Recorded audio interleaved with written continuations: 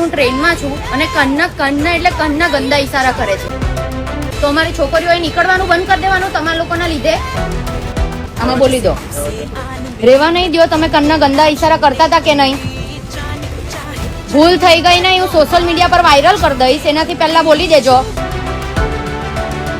એ બધા તમાશા તમારા શું લાગી રહ્યા? છોકરીઓ સેફ નહીં તમારા જેવા લોકોના લીધે.